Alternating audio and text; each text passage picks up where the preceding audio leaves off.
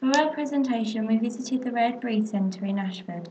As we were walking around and engaging in the activities that the Rare Breed Centre had to offer, we thought about all of the different activities and areas of learning that could happen at the farm, or the experiences that could be used to propel learning back in the classroom. Our medium-term plan highlights 4 areas that we have particularly focused on. We chose physical development and communication and language as our prime areas of learning, and people and communities and the world for our 2 specific areas of understanding the world. We were able to speak to the education officer at the Rare Breed Centre and were able to see how experiences could be tailored to our needs. These are some of the experiences that are offered at the Rare Breed Centre. On entering the farm, we were given the opportunity to interact with the animals. Some of these animals were newly born and still developing. This gave us excellent opportunities to engage in discussion about what animals needed to keep healthy and happy and what environment they will need. This could give us as practitioners the opportunity to enable children to appreciate the worlds of plants and animals around them by introducing them to different environments, as stated by Bilton. We were also able to develop conversations about life cycles of animals, and if we were to take children on this trip, we would be able to, with the guidance from the educational officer at the Rare Breed Centre, talk to the children about the life cycles of animals on the farm. Campbell and Jobling suggest that by allowing children to explore different environments, they are able to experience life cycles firsthand and are able to elaborate on the characteristics of living things and scientific concepts associated with them. We were able to touch and stroke the animals, and this led us to speaking about what they felt like and develop empathy towards them, so we were very careful when touching them as we wanted to care for them. Woolley et al. Suggests that for children, exploration is very essential at this stage of their development, so the environment needs to have lots of sensory stimuli. Touching the animals would also give the children the opportunity to think about self-care, as hand washing is very important so as not to spread germs or any risk of cross-contamination or infection. This is something that we have referred to in our risk assessment. As well as animal plant areas and gardening opportunities are available, this is also something that could be done as an activity in school, which is what we have included in our medium-term plan. McIntyre suggests that through working in the garden and appreciating the activities of the wildlife, children learn how to look after the environment. A hands-on approach to learning, as with gardening and handling animals, can also help to support children with SEN and the AL. Wolfendale suggests that by offering sensory stimulation to children with SEN and EAL, they are encouraged to explore for a longer period of time. The visit to the Rare Breed Centre can engage and enhance communication and language by allowing the children the heightened emotion of joy, wonder and excitement, which is intrinsically linked to the sensory experience. If we were to take children to the Rare Breed Centre, we would need an adult who would be willing to plan and provide resource and experience which would bring out these emotions. By allowing children to experience the visit and then plan activities and resources, it provides for a more natural and real-life link to children. It will allow them to communicate their experiences, features they notice, use key skills, e.g. describe, explain, predict and ask questions, and give them prior experiences with the topic, making them feel more comfortable or able to do the work in the setting. The children learn best through activities and experiences that engage all the senses, and the outdoor environment can provide more freedom and space to engage in creative activities. This also provides support to children with English as an additional language, giving them clear experiences and an exciting topic to develop and tease out language. From the visit, we will be focusing on bringing back the inquisitiveness and curiosity of discovering the animals and plants for themselves. The outdoor environment can be a highly motivational place for the development of communication skills, and motivation is key.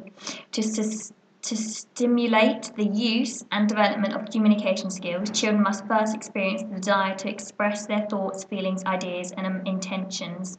For example, we were in the barn, we spoke about how to handle the animals, what they might need, and were telling each other to be careful, as well as asking what some of the animals were, as we had never seen some of the breeds.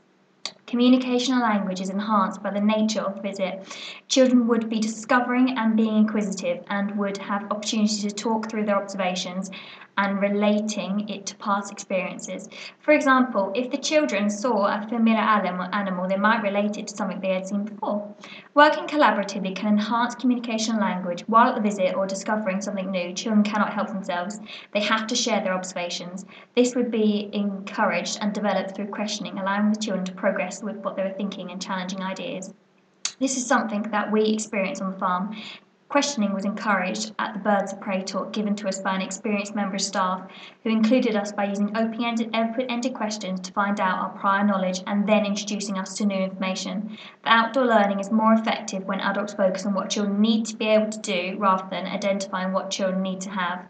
An approach that considers experience rather than equipment places children at the centre of the provisions for outdoor learning and ensures that individual children's learning and development needs are taken into account and met effectively.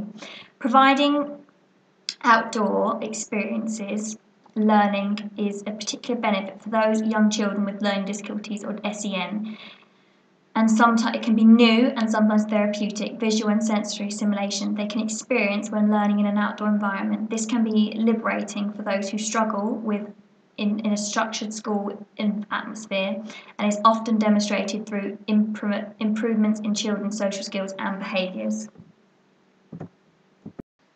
Through the use of communication and language, children would be able to find out about people on the farm and about farming community. Cooper et al. Suggests that communities bring the opportunity to learn about the wants and needs of others and to understand that people can share similarities or exhibit differences. As a group, we were able to find out a great deal about the Rare Breed Centre's farming community by asking questions and identifying similarities and differences between ourselves and others, including their jobs and roles on the farm. Similarly, for children, they would be able to explore, observe, and interact with staff at the Rare Breed Centre and the animals, and as well as using interaction, they would be able to observe the environment they were in and what people were doing. Observing people in their community is particularly beneficial to children with SEN and EAL. Ledgett and Cooper suggests that children, particularly with SEN and EAL, learn from doing things for each other and observing each other. Whilst the children are in the environment and observing the goings on in the farm, it would be encouraged to get the children to think about similarities and differences. What is the farmer doing? Do we do any of these jobs? This links specifically to the part of the early learning goal in understanding the world for people and communities, that they know about similarities and differences between themselves and others and among families, communities and traditions. This is also reflected in our medium-term plan. The interaction between us and the people on the farm allowed us to gain a sense of community and how a farm is run and the values, behaviour and expectations of the people on the farm. Cooper et al. Suggests that children's experience of the learning environment brings an awareness that their behaviours and attitudes can have consequences. For example, they would be learning how to behave around the animals, the way that the staff at the centre do, and also why they do this, for example, to not scare the animals. The animals themselves could also spark new learning about different cultures, as some of the animals come from different countries. This could start to propel learning in the classroom. Children becoming active in the environment and adapting their behaviour and attitudes could also help them to identify that people do not all like the same things and that they should be sensitive to this. Lewis supports this by suggesting that practitioners should talk to children about events and experiences they have had, and that practitioners should encourage talk about different values and cultures which should be respected by everybody. The Rare Breed Centre had a range of physical activities for the children to partake in.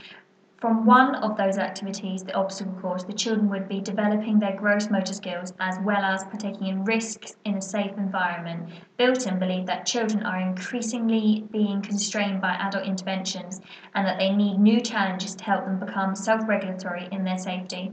They need to experience firsthand activities that contains risks. We have assessed the level of risk in our risk assessment and have taken this into account if we were to bring a group of children with us. The obstacle course was made from wood. We, as adults, know to check for broken pieces and we're very careful where we put our hands to avoid splinters. But children without this experience will not be able to identify a safe piece of wood.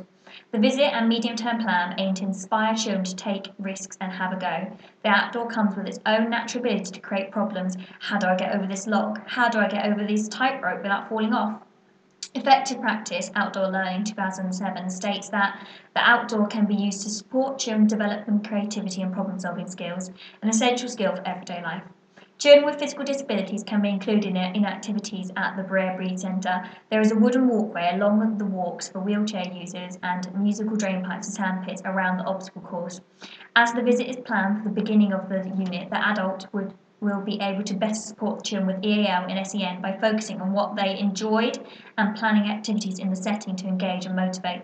The Department for Children, Schools and Families 2007 states that the physical learning environment should give all children the opportunity to make independent choices. This will enable you to observe what interest a child has and begin to develop the language which will support those activities. As we were walking around, we were assessing any potential hazards which could harm. We did this for each area of the farm and have included any appropriate actions to minimise these risks in our risk assessment.